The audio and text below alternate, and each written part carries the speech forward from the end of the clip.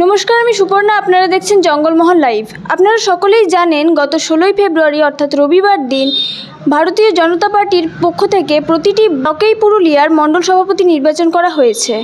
তার মধ্যে জয়পুর 2-এর মণ্ডল সভাপতি হিসেবে নবনির্বাচন করা হয়েছে নগেন চন্দ্র গোপকে। আমরা সরাসরি কথা বলে নেব নগেনদার সাথে। নমস্কার দাদা। নমস্কার। নবনির্বাচিত হয়ে মণ্ডল সভাপতি হিসেবে কেমন লাগছে, কি বলবেন এই বিষয়ে? দিদি, সর্বপ্রথম আমি ভারতীয় জনতা পার্টি বিশ্বের বৃহত্তম দল। আমি গরিব মধ্যবিত্ত কৃষক পরিবারের ছেলে। সেই হিসাবে আমার মণ্ডল, জেলা এবং রাজ্যের নেতৃত্ব মণ্ডল সভাপতি হিসাবে যে নির্বাচিত করেছে, আমি খুব আনন্দিত ও গর্বিত। আমার মণ্ডলের সংগঠনকে পূর্ণ মর্যাদার সহিত শক্তিশালী করব এবং এগিয়ে নিয়ে যাব। আসন্ন বিধানসভায় যদি আপনারা জয়লাভ করেন, তাহলে মানুষের জন্য কি কি পরিকল্পনা রয়েছে কাজ করার? আসন্ন বিধানসভা নির্বাচনে আমরা সরকারে এলে সর্বপ্রথম 2026 সালে স্বাস্থ্য এবং শিক্ষার ক্ষেত্রে আমরা জোর দেব। এই সরকারের বর্তমান যে আছে তাতে শিক্ষা এবং স্বাস্থ্য তলানিতে চলে গেছে।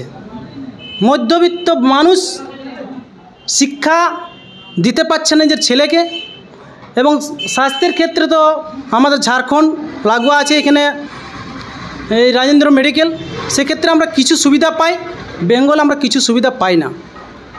তাই আমরা আশা করছি বিধানসভায় এলে আমরা স্বাস্থ্য এবং শিক্ষার ক্ষেত্রে জোর দেব।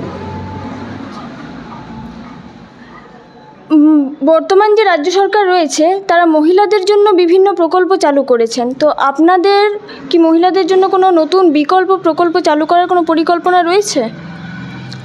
দিদি, আমাদের তো কেন্দ্র সরকার বেটি পড়াও বেটি বাঁচাও প্রকল্প চালু করে দিয়েছে, আর কেন্দ্র সরকার আমাদের অনেক জন প্রকল্পগুলো মহিলাদের জন্য চালু করেছে, কিন্তু বর্তমান সরকার সেগুলো করতে দিচ্ছে না। আমরা সরকারে এলে মহিলার অ্যাকাউন্টে 3000 করে টাকা দেওয়া হবে, এটা আমরা প্রতিশ্রুতি দিয়েছি। আগের যিনি মণ্ডল সভাপতি ছিলেন তিনি যেরকম পরিকল্পনা করেছিলেন মানুষের জন্য কাজ করার, তার থেকে আপনার নতুন কি কিছু পরিকল্পনা রয়েছে কাজ করার? দিদি, আমার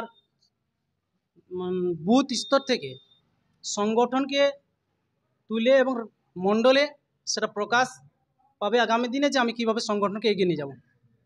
আসন্ন বিধানসভা নিয়ে আপনারা কেমন প্রস্তুতি শুরু করেছেন? আসন্ন বিধানসভা নির্বাচনের জন্য মানুষ আলোকিত আছে, সময়ের অপেক্ষায় আছে। বিধানসভা আমরা জয় করব, সেটা 100%। আসন্ন বিধানসভায় আপনারা ফলাফল কি রকম আশা করছেন আপনার এলাকাতে? আমার মণ্ডলে আমরা খুব ভালো ফল করব, এটা আমার আশা আছে। আমাদের যিনি সাংসদ আছেন উনি মানুষের ভালোবাসাতে আবার পুনর্নির্বাচিত হয়েছেন, তো উনি কি পরবর্তীকালেও আবার পুনর্নির্বাচিত হবেন? কথাটা বাস্তব, পুনর্নির্বাচন হবে সেটা সত্যি।